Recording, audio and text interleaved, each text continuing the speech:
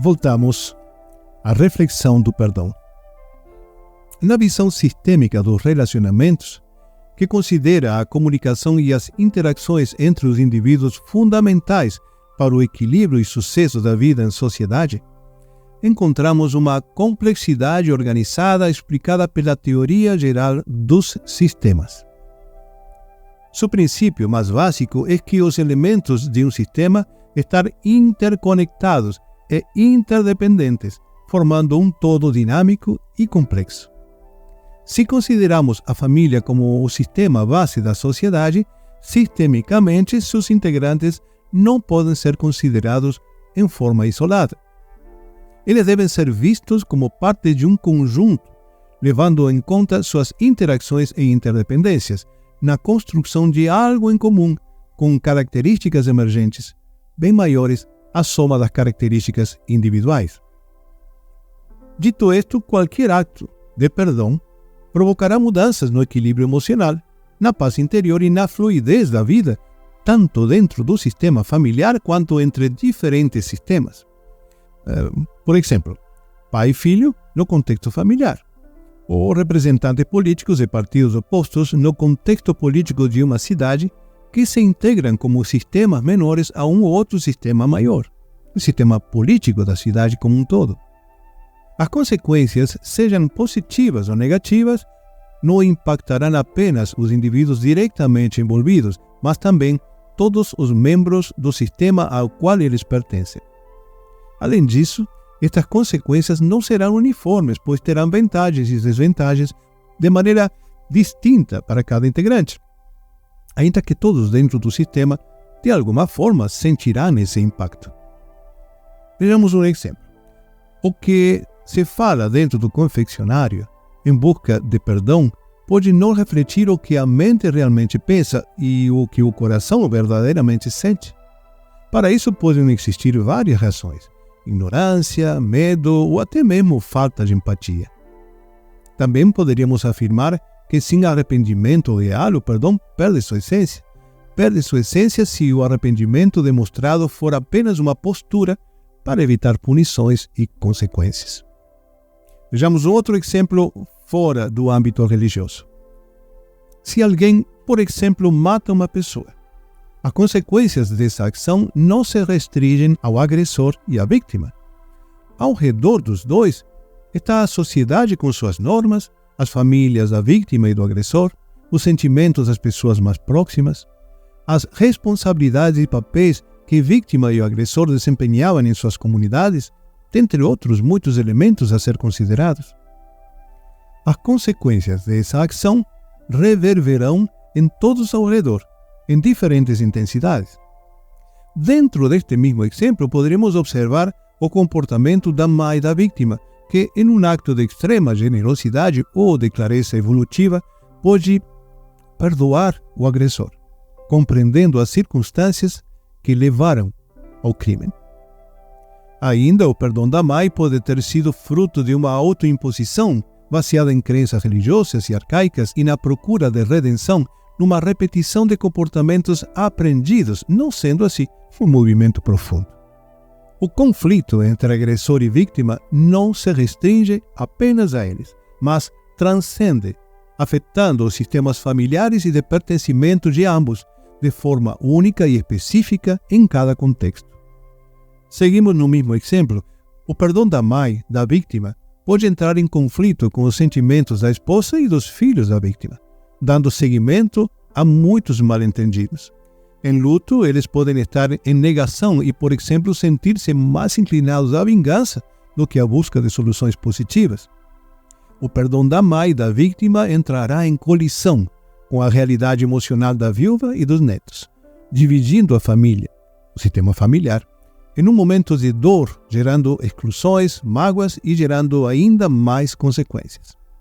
Sempre dentro do mesmo exemplo, tarefas que a vítima realizava, por exemplo, dentro da comunidade, beneficiando outras pessoas, já não serão realizadas, criando novos vazios, novos conflitos e novas dificuldades.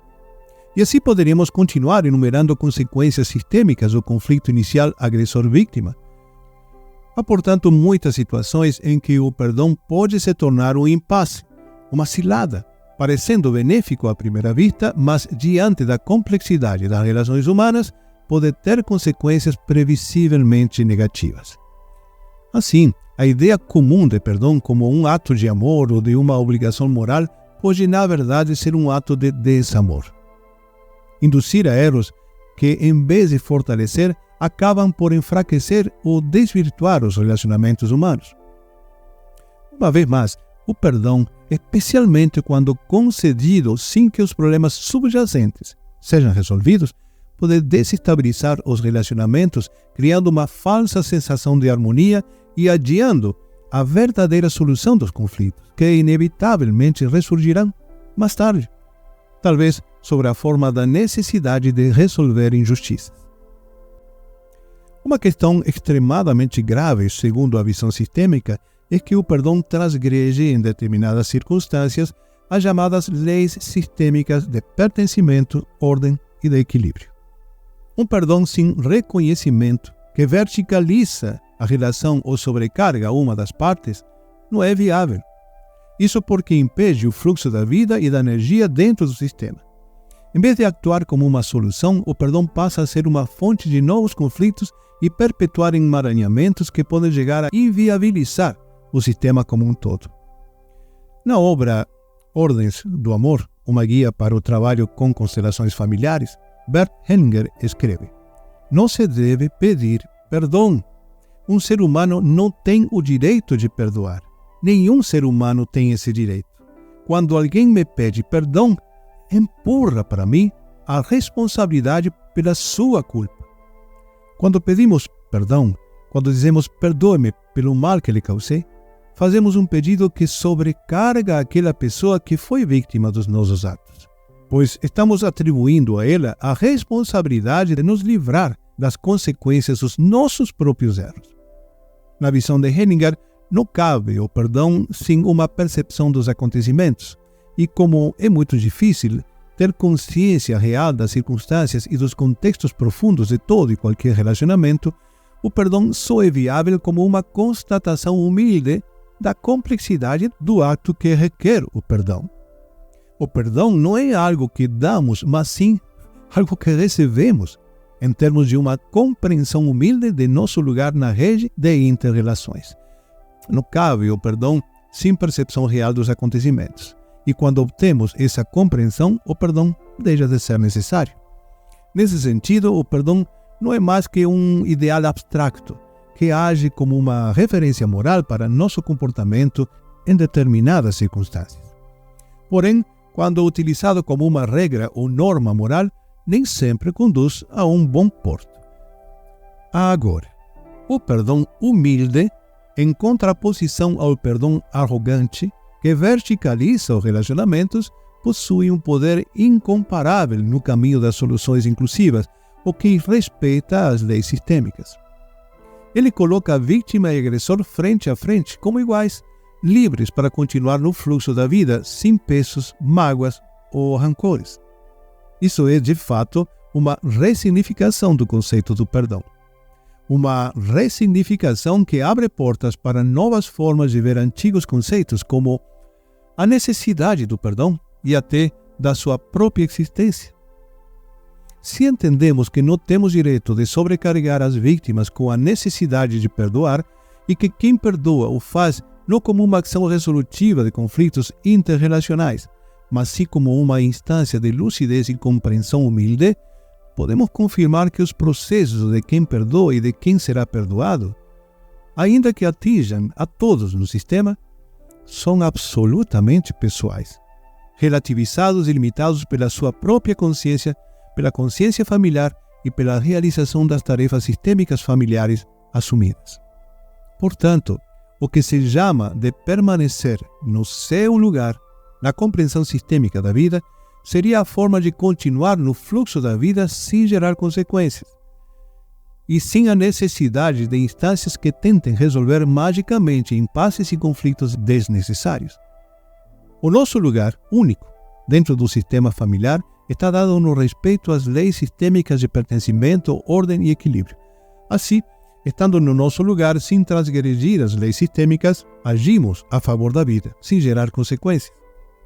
Ao mesmo tempo, vivemos e aprendemos permitindo, no nosso íntimo, que o outro, no seu lugar, também faça sua própria experiência e aprendizado, sem que pretendamos agir por ele ou invadir seu espaço sistêmico.